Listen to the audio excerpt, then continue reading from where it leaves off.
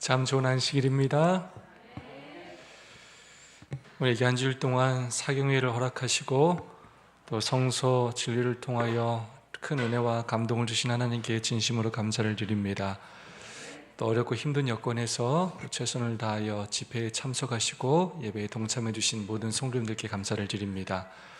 원래 오늘과 내일까지 진행해야 하는데 또 특별한 손님들이 오셔서 저희가 원래 교회 프로그램으로 진행하도록 하겠습니다.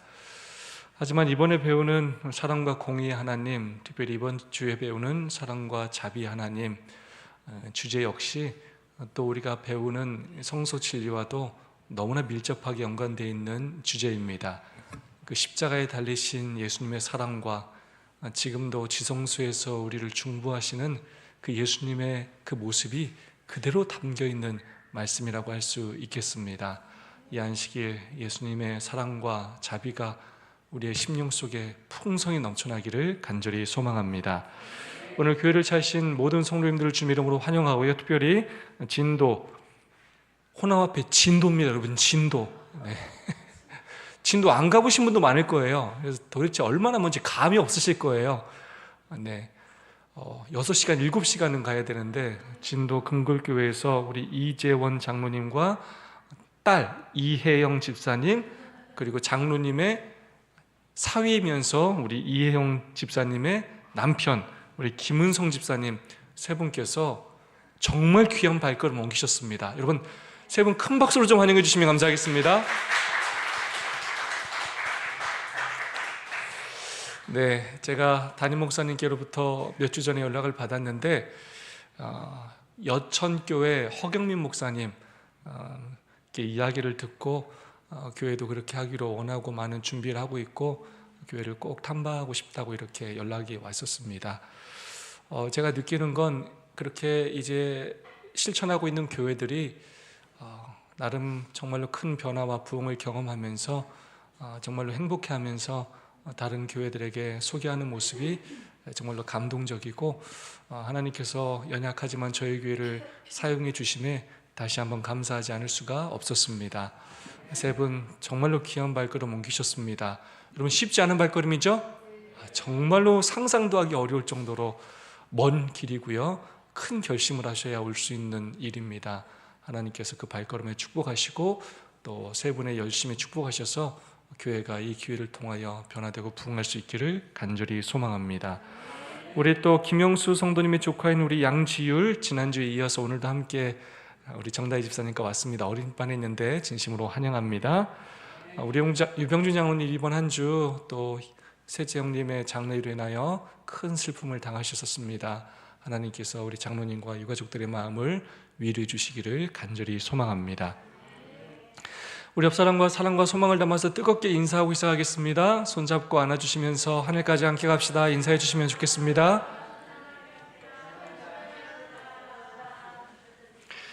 네, 이번 주 TMI 실천해 보세요 제목입니다. 관공서나 상점의 친절한 직원들을 칭찬해 주세요. 여러분, 칭찬하십니까? 네, 저희가 더 노력해야 되겠습니다. 음식이 맛있으면 음식이 너무 맛있었다고, 또 친절하게 이렇게 맞아주면 너무 친절하시다고, 이 음식 좀 너무 좋다고, 또 오겠다고, 또 관공서에서도 너무 친절하시네요, 감사합니다. 작은 말이지만 우리의 마음을 다하여 진심으로 우리의 사랑을 전할 수 있으면 좋겠습니다. 차가 없는 이웃과 함께 장을 보러 가세요. 장을 보러 갈 때든 또 병원에 갈 때든 이웃들이 도움이 필요할 때 도울 수 있는 우리가 되었으면 좋겠고요. 교회에 혼자 앉아있는 사람이 보이면 옆에 앉으세요. 네, 교회에서 누구도 혼자 앉아있지 않도록 꼭 서로 옆에 서로 앉아서 손을 잡고 함께 인사하실 수 있으면 정말로 좋겠습니다. 네, 이번 일기는 사랑과 공의의 하나님인데 어떻게 보면 매주 주제가 똑같게 느껴질 수도 있습니다. 사랑이라는 주제는 가장 광범위한 주제입니다. 하지만 조직신학자인 이 저자를 통하여 다양하지만 또 깊이 있게 계속해서 하나님의 그 품성에 대하여 공부하고 있습니다. 제 사과의 제목은 사랑과 자비의 하나님입니다. 기억절 말씀입니다. 여인이 어찌 그 젖먹는 자식을 잊겠으며 자기 태에서 난 아들을 긍휼히 여기지 않겠느냐. 그들은 혹시 잊을지라도 나는 너를 잊지 아니할 것이라. 여인이 어찌 그 젖먹는 자식을 잊겠으며. 남경 집사님, 자식 지금도 생각납니까? 다 컸는데도? 남편은 생각이 잘 납니까? 들나죠. 어제 저희 집사람이 저한테 그러더라고요. 아들이 군대 가면 나도 울까? 그래서 저희 집사람이 별로 안 우는데 울 것 같아요. 근데 나는 안 보고 싶냐고 하니까 저는 별로 안 보고 싶다고 하더라고요. 그렇게 더 많은 시간을 함께 보낸 남편은 안 보고 싶어도 다 큰 자식도 떨어져 있으면 다 큰 자식은 또 뭐 하다고요? 보고 싶어요. 이 내리사랑은 어떻게 할 수가 없어요. 네. 그러고 싶지 않아도 마음이 그냥 끌려요.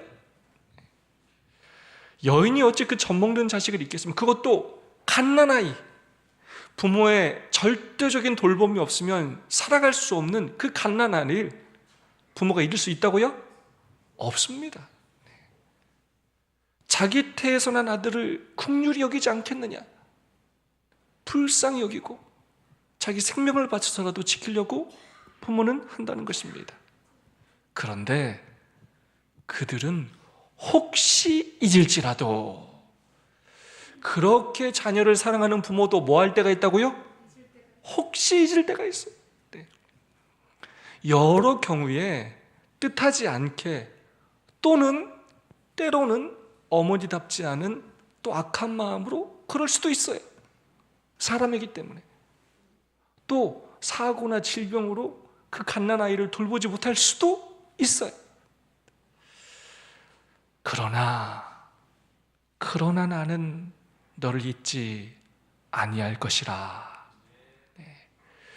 우리 사람은 우리가 아무리 사랑한다고 약속하고 우리 모든 걸 건다고 해도 혹시 그러지 못할 상황이 발생할 수 있어요. 그런데 우리 하나님한테는 그럴 일이 있다고요? 없다고요? 그럴 일이 없다는 것입니다. 우리 하나님은 약속에 신실하실 뿐만 아니라 영원히 변치 않으시는 능력의 하나님이십니다. 그 하나님이 우리의 참 부모님이심에 감사하는 우리 모두가 되었으면 좋겠습니다. 토요일 소지는 감정에 대한 이야기로 시작합니다. 우리가 감정에 대해서 얘기할 때 감정은 부정적인 이미지로 사용될 때가 많아요. 저 사람 참 감정적이다 라고 말하는 건 그 사람이 이렇게 이성적이지 않고 감정에 치우친 사람이다라는 뉘앙스를 풍길 때가 많이 있습니다. 그래서 감정이 비본질적인 이성이기 때문에 훌륭한 인격을 갖춘 사람은 감정적일 수 없다고 많은 사람들이 생각을 합니다. 그러나 하나님은 사람을 감정을 느낄 수 있는 존재로 창조하셨고, 하나님 자신도 성경을 살펴보면 깊은 감정을 나타내시는 분으로 성경은 표현하고 있다는 것입니다. 우리를 향한 하나님의 사랑이 깊은 감정을 동반하는 그런 사랑임을 우리가 깨닫게 될 때 우리는 하나님께서 우리를 얼마나 사랑하시는지를 더 자세히 알 수 있게 된다는 것입니다. 하나님도 감정을 우리한테 표현하시지만 우리가 기억해야 할 것은 우리가 느끼는 감정과 또 하나님의 감정은 차이가 있다고요? 없다고요? 있다는 거예요. 우리는 굉장히 때로는 죄된 본성을 가지고 나의 악한 본성에 치우친 감정으로 그렇게 반응할 때가 많지만 하나님은 그런 분이 아니라는 것입니다. 온전하시고 완전하신 변함없으신 그런 감정을 소유하신 분이라는 것입니다. 이를 써줍니다. 어머니의 사랑보다 더한 사랑. 시편 103편 13절 말씀입니다. 아비가 자식을 불쌍히 여긴 같이 여호와께서 자기를 경외하는 자를 불쌍히 여기시나니. 이사야 49장 15절 말씀이요. 여인이 어찌 그 젖먹는 자식을 잊겠으며 자기 태에서 난 아들을 긍휼히 여기지 않겠느냐. 그들은 혹시 잊을지라도 나는 너를 잊지 아니할 것이라. 에브라임은 나의 사랑하는 아들 기뻐하는 자식이 아니냐. 내가 그를 책망하여 말할 때마다 깊이 생각하노라. 그러므로 그를 위하여 내 마음이 측은한즉 내가 반드시 그를 긍휼히 여기리라. 여호와의 말이니라. 아멘. 계시에 대해서 다시 한번 복습해 볼까요? 자, 하나님은 자신을 드러내시는 분이십니다. 일반 계시로 우리가 알고 있는 것들이 뭐가 있죠? 천연계, 천연계를 통하여 당신의 사랑을 보여주시고 하나님을 우리에게 나타내 보이십니다. 그 다음에 뭘까요? 천연계 다음에 뭘까요? 네, 양심. 일반 계시는 우리 양심을 통하여 모든 사람들이 양심에 하나님의 율법을 심고 있는 그것을 통하여 우리는 하나님이 존재하신다는 사실을 알 수 있습니다. 역사도 일반 계시입니다. 우리 역사를 공부해 보면 하나님께서 역사를 주관하고 계신다는 사실을 알게 돼요. 그 다음에 네 번째 일반 계시가 뭐냐면 바로 부모님입니다. 자, 부모님도 뭐라고요? 일반 계시예요. 우린 부모님의 사랑을 통하여 누구를 보게 된다고요? 하나님을 봐요. 자기 목숨을 아끼지 않으면서도 자식을 돌보는 그 부모의 사랑, 완전하진 않지만 우리 인간들의 그 사랑을 통해서 완전하신 누구의 사랑을 보게 된다고요? 하나님의 사랑을 보게 돼요. 그래서 부모님은 뭐라고요? 일반 계시. 하나님께서 우리는 그런 사랑이 없는데 부부가, 그러니까 한 남자가 한 여자를 온전히 사랑하는 그 경험을 통하여 언약 관계를 맺게 하시고 그 언약 관계를 통하여 새 생명이 탄생하면 누구의 사랑을 우리의 마음속에 허락하시냐면 하나님의 사랑을 허락하셔요. 그래서 언약 관계를 통하여서 이제 언약을 통한 사랑의 관계를 경험하게 하시고 또한 그 언약 관계를 통하여 생긴 그 사랑을 통하여 예수님처럼 그렇게 아낌없이 나의 모든 것을 줄 수 있는 그 하나님의 사랑을 또 배우게 하셔요. 그래서 가족 제도는 하나님의 사랑을 배우는 아주 훌륭한 도구입니다.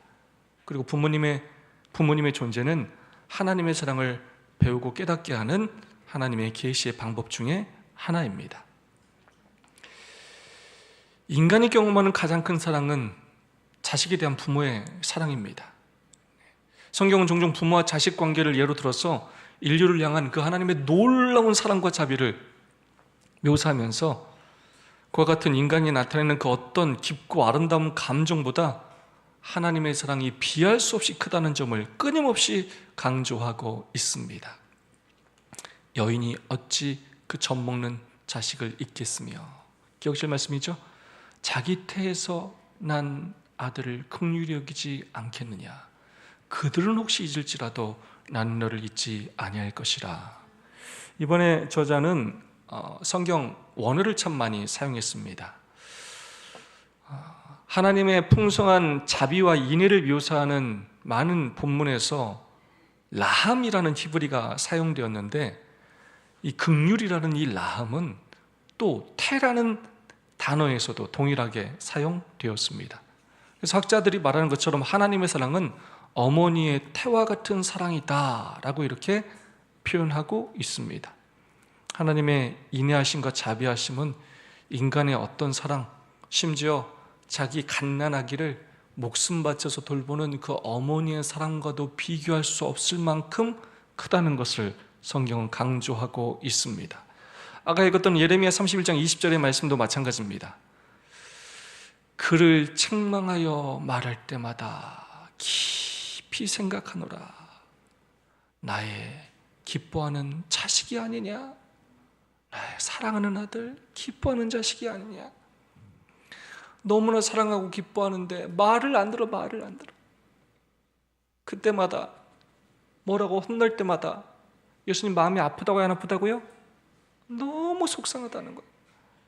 그러므로 그를 위하여 내 마음이 치근한즉이라고 아까 읽었는데 개역개정은 내 창자가 들끓으니, 이걸 직역하면 표현이 뭐냐면 치근한즉이라는 표현은 내 창자가 들끓으니 라는 표현입니다. 그 말을 안 듣는 자식을 보면 그 애틋하고 가슴 아픈 마음이 지금 뭐처럼 표현된다고요? 창자가 뭐 한다고요? 뒤틀어지고 들끓는 그런 아픔을 느끼신다는 것입니다. 하나님의 마음을 표현하는 아주 직관적인 언어로서 때로 당신을 거절하고 배반하는 당신의 자녀들을 향한 하나님의 자비로운 사랑의 깊이를 나타냅니다. 포기하고 외면하고 그냥 버리는 것이 아니라 어떻게든 구원하려고 어떻게든 붙잡으려고 창자가 들끓는 심정으로 그렇게 바라보시는 예수님의 마음을 우리에게 보여주고 있습니다. 하나님의 사랑은 인간의 어떤 사랑도 비교할 수 없을 만큼 크기에 인간의 부정함에도 때로 우리의 배반함에도 불구하고 당신의 백성에게 풍성한 사랑과 자비를 한없이 베푸신다. 그게 바로 십자가의 사랑이고 또 그게 바로 지성소에서 예수님께서 우리에게 보여주시는 사랑이기도 합니다. 우리가 이 사랑을 깨닫고 주님 앞에 나아갈 때, 지난주 제사 제도 가운데 배웠죠? 때로는 무의식 중에 지은 죄도, 때로는 고의적으로 지은 죄라도 우리가 우리의 상태를 알고 회개하고 주님 앞에 나아가서 자비를 구한다면 속건자의 제물처럼 뭐 해주신다고요? 그 죄를 사해 주시고 우리와 관계를 회복하시고 우리를 구원해 주신다는 것입니다. 더 큰 그리스도의 사랑, 지리봉사 72페이지 말씀입니다. 어떤 환경도 어떤 거리도 우리를 구주와 분리시킬 수는 없다. 우리가 어디에 있든지 그분께서는 우리 우편에 계셔서 우리로 쓰러지지 않게 해주시고 옹호해 주시고 붙들어 주시고 위로해 주신다. 그리스도께 구속받은 사람들에 대한 그의 사랑은 자녀에 대한 어머니의 사랑보다 더욱 크다. 우리가 그분의 사랑 안에 안식하면서 그분께서 나를 위하여 당신의 생명을 주셨으므로 내가 그분을 의지한다고 말하는 것은 우리의 특권이다. 아멘. 엊그제 배웠던 것처럼 부족장 시대에는 따로 성소가 없었습니다. 그들은 반육모민이어서 돌아다녔습니다. 근데 그때 하나님은 어디에 계셨습니까? 하나님 어디에 계셨어요? 그들과 함께 하셨어요. 그들의 장막에 함께 하셔서 그들을 이끄셨고 그들을 돌봐주셨습니다. 야곱이 돌베개를 베며 잘 때 나는 아무도 없고 도망자고 외톨이고 미래가 두렵고 앞이 캄캄했을 때 그때도 하나님께서 하나님의 집을 보여주시며 내가 너와 함께 한다는 것을, 내가 너와 함께 거한다는 것을 그렇게 보여주셨다는 것입니다. 어떤 환경도 어떤 거리도 우리를 구주와 분리시킬 수 없는 이유는 하나님이 우리를 떠나지 않으십니다. 끊임없이 따라다니셔요. 그걸 우리가 인식하기만 한다면, 감사하기만 한다면 우리가 있는 모든 곳이 하나님이 거하는 전이 될 수 있는 것입니다. 구별된 전도 있지만 우리의 모든 삶을 통하여 삶이 예배가 될 수 있고 우리의 모든 삶을 통하여 하나님을 증거할 수 있게 되는 것입니다. 우리가 그분의 사랑 안에 인식하면서 그분께서 나를 위하여 당신의 생명을 주셨으므로 내가 그분을 의지한다라고 말하는 것은 우리의 뭐라고요? 특권이라고요. 여기서 굉장히 중요한 단어가 나와요. 그분의 사랑 안에 안식하면서 느끼고 평안함을 누려야 돼요. 두려워하고 근심하는 것이 아니라 그분의 사랑을 믿고 안식하면서 나는 그분 때문에 그 축복 가운데 삽니다라고 그렇게 이야기할 수 있는 우리 모두가 되었으면 좋겠습니다. 오려서줍니다. 애끓는 사랑, 호세아서의 말씀입니다. 그러나 내가 에브라임에게 걸음을 가르치고 내 팔로 안을지라도 내가 저희를 고치는 줄을 저희가 알지 못하였도다. 내가 사람의 줄 곧 사랑의 줄로 저희를 이끌었고 저희에게 대하여 그 목에서 멍에를 벗기는 자 같이 되었으며 저희 앞에서 먹을 것을 두었었노라. 내 마음이 내 속에서 돌아서 나의 긍휼이 온전히 불붙는 듯 하도다. 내가 나의 맹렬한 진노를 바라지 아니하며 내가 다시는 에브라임을 멸하지 아니하리니 이는 내가 사람이 아니요 하나님이라. 나는 네 가운데 거하는 거룩한 자니 진노함으로 내게 임하지 아니하리라. 호세아 11장은 사랑하는 아버지가 자녀를 돌보는 모습으로 하나님과 당신의 백성의 관계를 묘사하고 있습니다.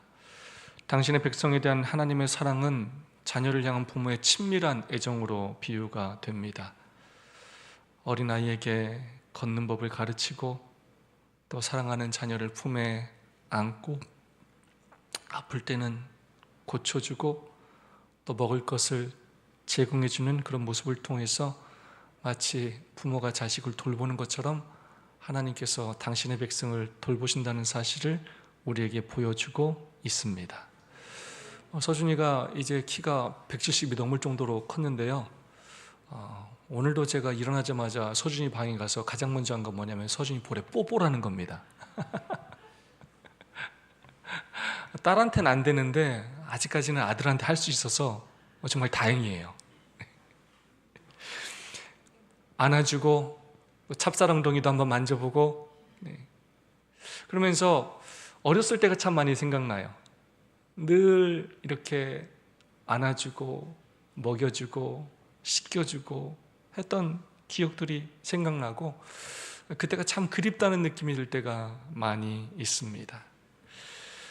부모가 자식을 그렇게 사랑하며 키웠던 것처럼 하나님께서 여전히 우리를 그렇게 사랑하신다는 것입니다. 때로 우리가 새침대기처럼 다 컸다고 하나님의 품에서 이렇게 벗어나려고 할 때가 참 많아요. 그러나 하나님 앞에서 우리가 여전히 어린아이임을 여러분 기억하시고 힘들고 또 어려울 때 늘 그렇게 어린아이처럼 하나님 품에 안길 수 있는 우리 모두가 되었으면 좋겠습니다. 하나님의 변함없는 그 사랑과 신실함에도 불구하고 그분의 백성들은 반복적으로 하나님을 배신했고 불충했습니다. 결국 하나님을 밀어내고 스스로 심판을 자초하여 하나님의 마음이 정말로 창자가 끊어질 듯한 아픔을 느끼게 했습니다. 그 슬픔을 경험하게 했습니다. 그러나 하나님은 결코 그들을 버리지 않고 기다리셨습니다. 호세아 11장 8절의 말씀입니다.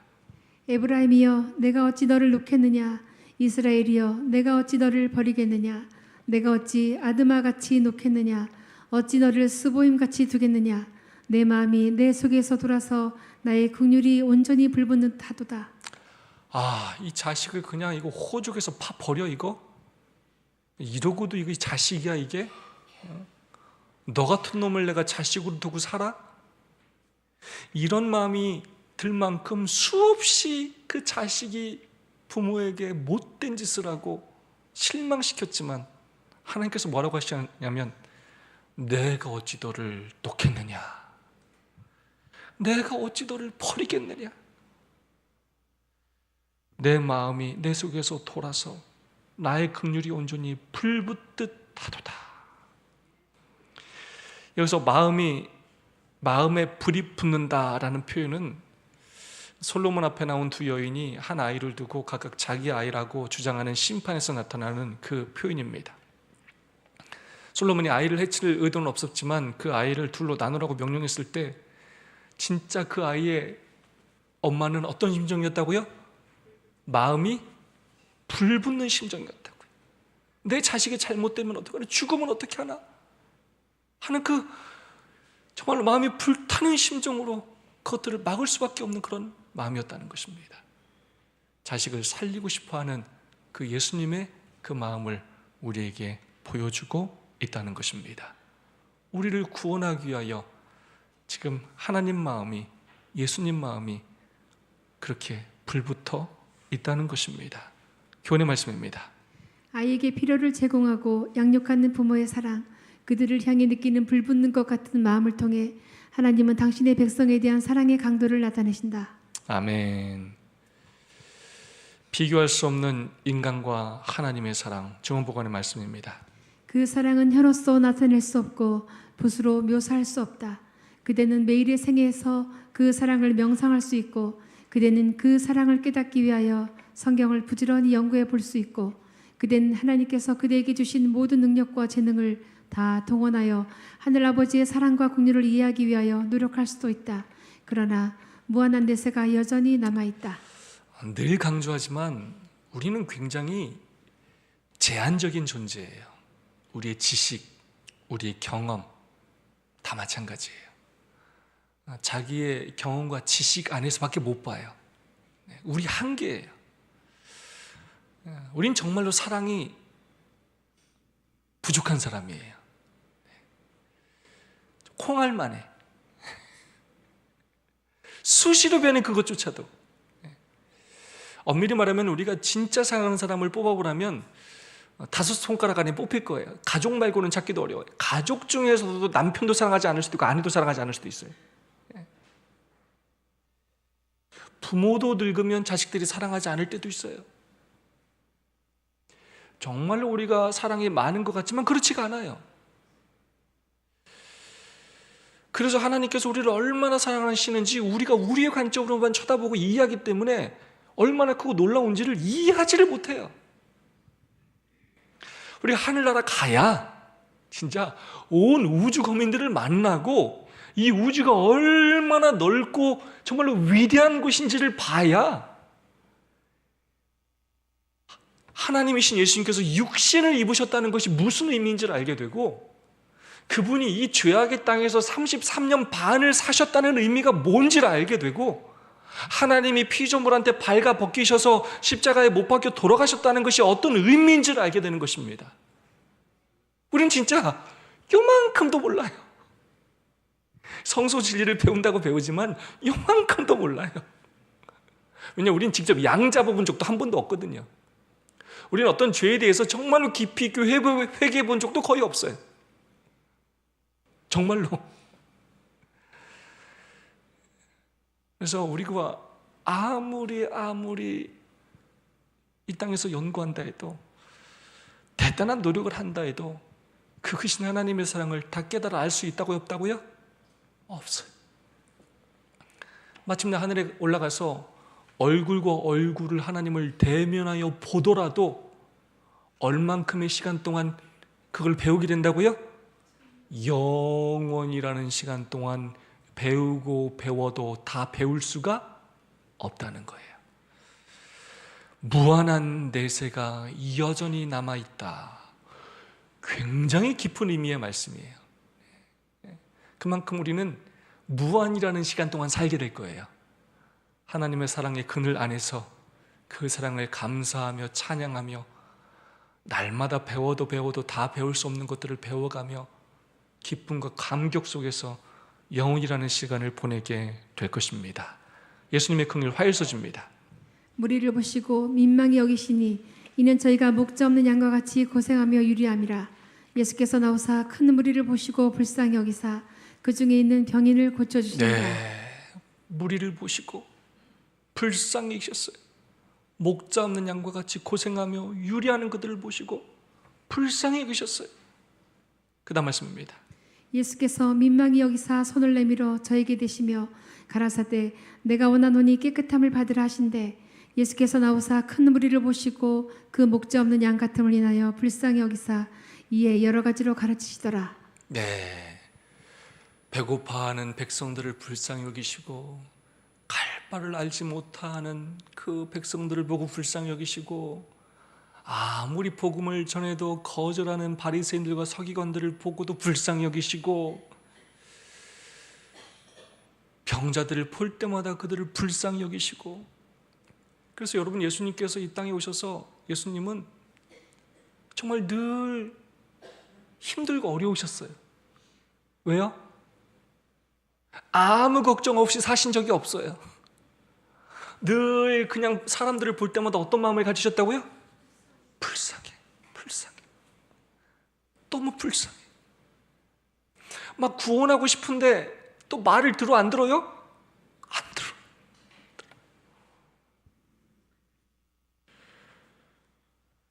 주께서 과부를 보시고 불쌍히 여기사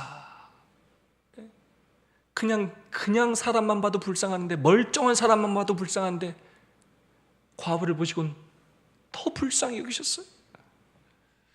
마태복음 23장 37절의 말씀입니다. 암탉이 그 새끼를 날개 아래에 모임같이 내가 네 자녀를 모으려 한 일이 몇 번이더냐. 그러나 너희가 원하지 아니하였도다. 예수님께서 무너질 예루살렘 도성을 바라보시고 우셨어요.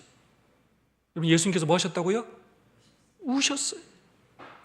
예수님을 거절하여서 마침내 멸망당할 그 죄인들의 모습을 보시고 우셨어요. 그러면서 암탉이 그 새끼를 날개 아래 모음같이 내가 너희를 구원하려고 내 품으로 모았던 적이 정말로 몇 번이냐. 근데 너희가 원했다고 원치 않았다고요? 원치 않았어요. 그게 잘됐다. 이 맛 좀 봐라 이것들아. 내가 오라고 했지. 니네는 혼나 봐야 돼. 너 같은 애들은. 그래야 좀 정신을 차려. 라는 마음을 가지지 않으셨다는 거.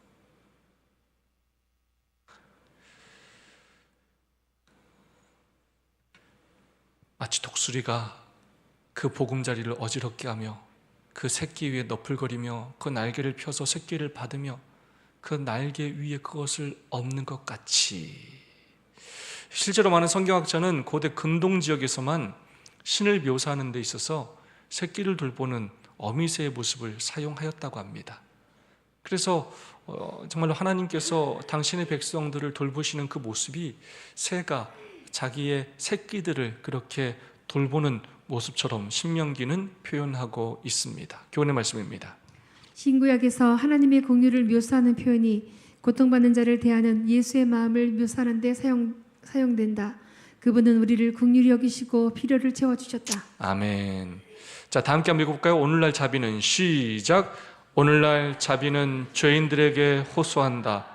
주 여호와의 말씀에 나의 삶을 두고 맹세하노니 나는 악인의 죽는 것을 기뻐하지 아니하고 악인이 그 길에서 돌이켜 떠나서 사는 것을 기뻐하노라. 이스라엘 족속아, 돌이키고 돌이키라. 너희 악한 길에서 떠나라. 어찌 죽고자 하느냐 하셨다 하라. 오늘날 회개하지 않는 사람들을 향하여 바라는 음성은 주께서 사랑하는 성을 바라보실 때 마음의 고통을 안고 부르짖으셨던 그 음성이다. 아멘. 우리가 이 마음을 느껴야 합니다. 예수님께서 얼마나 죄인들을 구원하기를 원하시는지 우리가 그 마음을 느껴야만 우리가 그 마음으로 죽어가는 이웃들을, 가족들을 바라볼 수 있고 우리 또한 눈물을 흘리며 그렇게 호소할 수가 있는 것입니다. 그래서 우리가 예수님의 마음을 가져야 되는데, 예수님의 마음 하면 두 가지 단어가 생각나야 됩니다. 첫 번째 뭐예요? 여태까지 맨날 나왔던 예수님의 마음 두 가지. 그거 말고 좀 딴 거 맞춰봐요. 딴 거 뭐? 예수님의 마음 하면 이 두 가지 단어가 꼭 나와야 돼요. 온유와 겸손이에요. 하나님의 품성을 할 때는 이렇게 나오지만 예수님의 마음은 다 뭐라고 드려? 온유하고 겸손한 마음이에요. 이게 성화의 절정이에요. 그리고 이건 끝이 없어요. 더 온유해지고 더 겸손해지고, 이게 예수님을 닮아가는 거예요. 근데 우리가 이제 그 온유하고 겸손한 가운데 예수님의 어떤 마음이 포함되어 있어야 되냐면 애통하는 마음이 포함되어 있어야 돼요. 다른 사람을 보면 어떻게 여기는 마음이 필요하다고요? 불쌍히 여겨야 돼. 어떻게 여기라고요? 너무 지적하지 말고, 너무 비난하지 말고, 안 지켰다고 너무 그냥 째려보지 말고, 뭐 사 먹었네, 놀러 갔네, 뭐 했네, 잘못했을 수 있어요. 그렇다고 너무 잡아먹으려고 하지 말고 좀 불쌍히 여기라고요. 어떻게 여기라고요? 불쌍히 여기라고요. 옳은데 때로 혼내야 될 필요도 있을 수도 있는데 우리의 마음속에는 늘 그들을 향해서 누구의 마음을 가져야 된다고요? 예수님. 예수님께서 여러분 십자가 위에서 예수님께서 뭐라고 하셨느냐? 당신을 못 박는 죄인들을 향해서 뭐라고 하셨느냐? 예수님께서 저들을 제발 뭐 해달라고요? 용서해달라고요. 저들이 뭐 하다고요? 자기가 하는 일을 알지 못한다는 거예요. 알면 그렇게 할 수 있다고요? 없다고요? 못, 제정신이 아니야. 다르게 말하면 우리가 지금 죄 짓고 사는 건 제정신이 아니에요. 제정신이 아니야. 뭐가 죄인지도 모르고 사는 거예요. 그걸 예수님께서는 불쌍히 여기셨다는 것입니다. 우리에게 그 예수님의 마음이 있기를 간절히 소망합니다. 수요소지 하나님이 질투하시다니, 신명기 4장 41절의 말씀입니다. 내 하나님 여호와는 자비하신 하나님이십니다. 자, 우리 하나님은 자비하신 하나님이에요.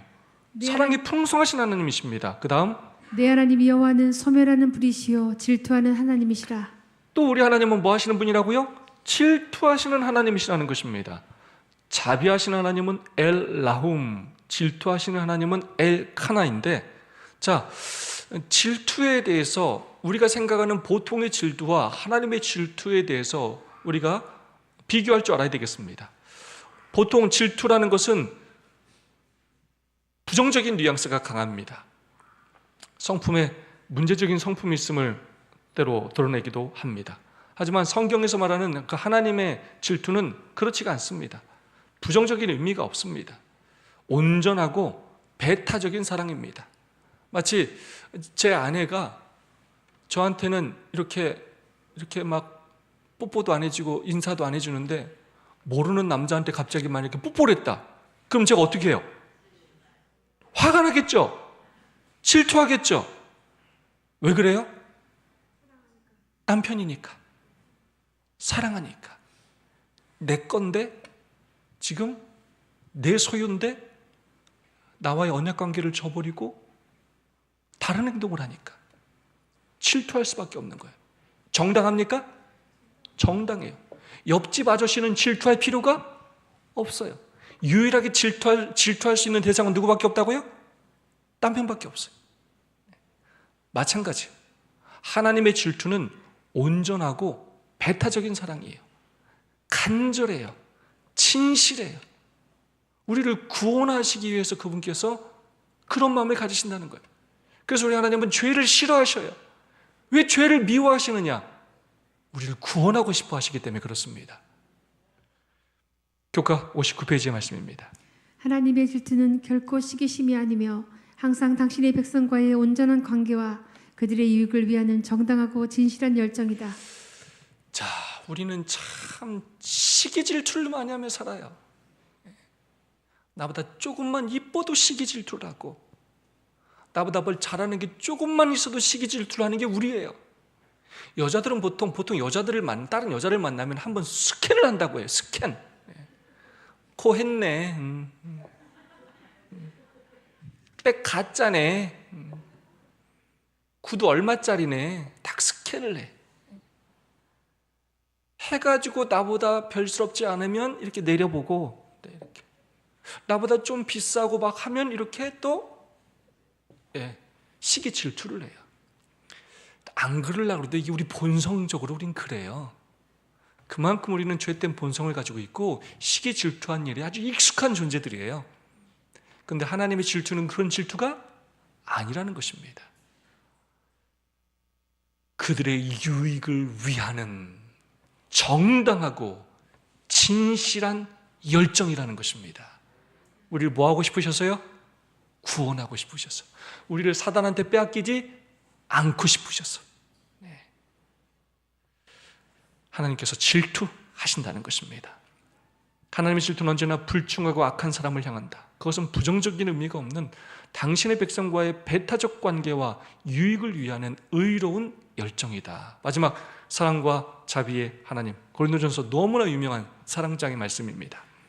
사랑은 오래 참고 사랑은 온유하며 투기하는 자가 되지 아니하며 사랑은 자랑하지 아니하며 교만하지 아니하며 무례히 행치 아니하며 자기의 유익을 굳이 아니하며 성내지 아니하며 악한 것을 생각지 아니하며 불의를 기뻐하지 아니하며 진리와 함께 기뻐하고 모든 것을 참으며 모든 것을 믿으며 모든 것을 바라며 모든 것을 견디느니라. 사랑은 언제까지든지 떨어지지 아니하나 예언도 패하고 방언도 그치고 지식도 패하리라. 아멘. 참 읽기는 쉬운데 이렇게 살기는 참 어려워요. 아까도 말했던 것처럼 우리에게 너무나 사랑이 부족합니다. 나에게 참된 그 사랑이 없음을 깨닫게 됩니다. 이러한 사랑은 오직 성령의 열매를 통해서만 우리의 삶에서 실현될 수 있습니다. 예수님의 그 사랑을 달라고, 우리도 예수님처럼 더 사랑하며 살게 해달라고 그렇게 날마다 간절히 구하는 우리 모두가 되었으면 좋겠습니다. 어떻게 하나님의 사랑을 우리의 삶 속에서 반영할 수 있는가? 저자는 세 가지를 이야기합니다. 사랑이신 하나님을 예배하라는 것입니다. 하나님이 우리를 사랑하시는 것처럼 우리도 하나님을 사랑하는 방법이 있는데 뭐라고요? 예배하는 거예요. 와서 끊임없이 감사하고 찬양하면, 그렇게 우리가 마음이 통하면 우리 마음속에 더 하나님을 사랑하는 마음이 생긴다는 것입니다. 그리고 하나님께서 기뻐하신다는 거예요. 다른 이들에게 베풀라는 것입니다. 우리가 사랑을 받았던 것처럼 우리도 남을 뭐 하라고요? 사랑하라는 거예요. 그걸로 내가 나를 사랑하는 것을 알겠다고 말씀하셔요. 나에게 사랑이 없는데 나를 변화시킬 수 있는 누구밖에 없다고 인식해야 된다고요? 하나님만이 나를 변화시킬 수 있다는 사실을 인식해야 한다는 것입니다. 이런 기도문을 저자가 이렇게 올렸습니다. 성경 말씀 보겠습니다. 주께서 우리가 너희를 사랑함과 같이 너희도 피차간의 모든 사람에 대한 사랑이 더욱 많이 넘치게 하사 너의 마음을 굳게 하시고 우리 주 예수께서 그의 모든 성도와 함께 강림하실 때에 하나님 우리 아버지 앞에서 거룩함에 흠이 없게 하시기를 원하노라. 아멘. 우리도 이렇게 기도하자 하면서 제안한 성경절입니다. 피차간의 모든 사람에 대한 사랑이 더욱 많아 넘치게 하사. 올 한해 우리 인천 새천사교회에 정말로 하나님의 사랑이, 성도들 간의 사랑이, 또 이웃에 대한 사랑이 더욱 많아질 뿐만 아니라 흘러 넘치게 되기를 소망합니다. 우리가 정말로 하나님께서 기뻐하시는 사랑의 공동체가 되기를 간절히 소망합니다. 그렇게 할 때 우리의 마음이 굳어질 것이고 더욱더 하나님 앞에 거룩해질 것이고 더 흠이 없는 모습으로 서게 될 것입니다. 날마다 하나님의 사랑을 달라고 기도하는 우리 모두가 되기를 소망합니다. 우리는 하나님의 자비롭고 놀라운 사랑을 다른 사람과의 관계에 반영되도록 부름받았지만 이는 자신이 아닌 하나님만이 성령을 통해 가능하게 하신다. 날마다 가장 많이 드려야 하는 기도, 하나님의 사랑을 깨달아 알게 해주시고 그 사랑을 저에게 주셔서 그 사랑을 나누며 살게 해달라고 기도하고 또한 실천하며 살아야 하겠습니다. 찬양 한 곡 들으면서 우리의 마음을 하나님께 돌려드리겠습니다.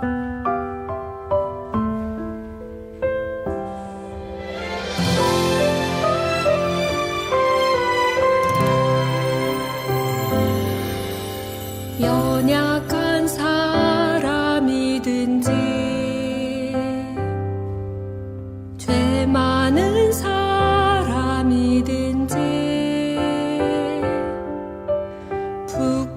부끄러운 일 많아도 하나님은 당신을 사랑하십니다.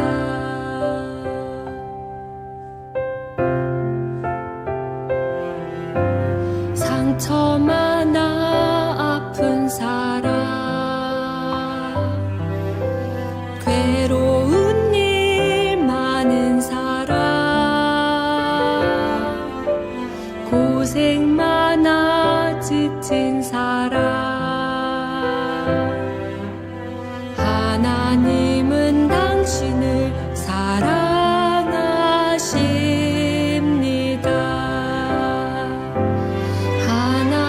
하나님은 사랑이라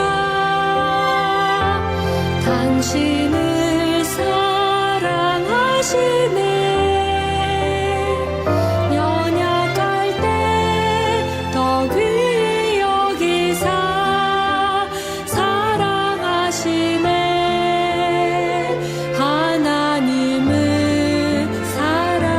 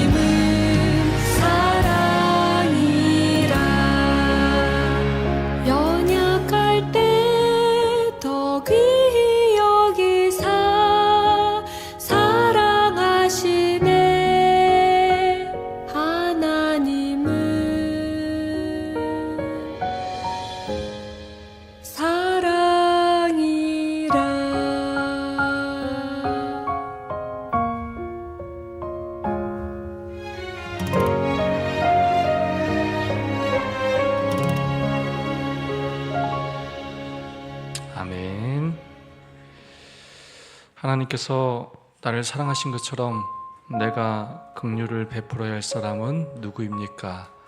어떻게 사랑으로 그를 섬기시겠습니까? 서로 고백해 주시고 결심해 주시면 감사하겠습니다. 세 분, 네 분씩 함께 하겠는데요. 우리 금굴교회 우리 장로님, 집사님들 함께 저희 성도님들과 섞여서 그렇게 하도록 하겠습니다. 우리 이혜영 집사님은 내일 우리 장미반에 들어가시거든요. 오늘 장미반과 함께 우리 아는 집사님, 홍로 집사님 그렇게 함께 하시면 좋겠고요. 우리 김은성 집사님은 우리 남 집사님들하고 함께 하시면 좋겠습니다. 우리 장로님은 우리 장로님들, 우리 안성월 장로님 이쪽 함께 하시고요.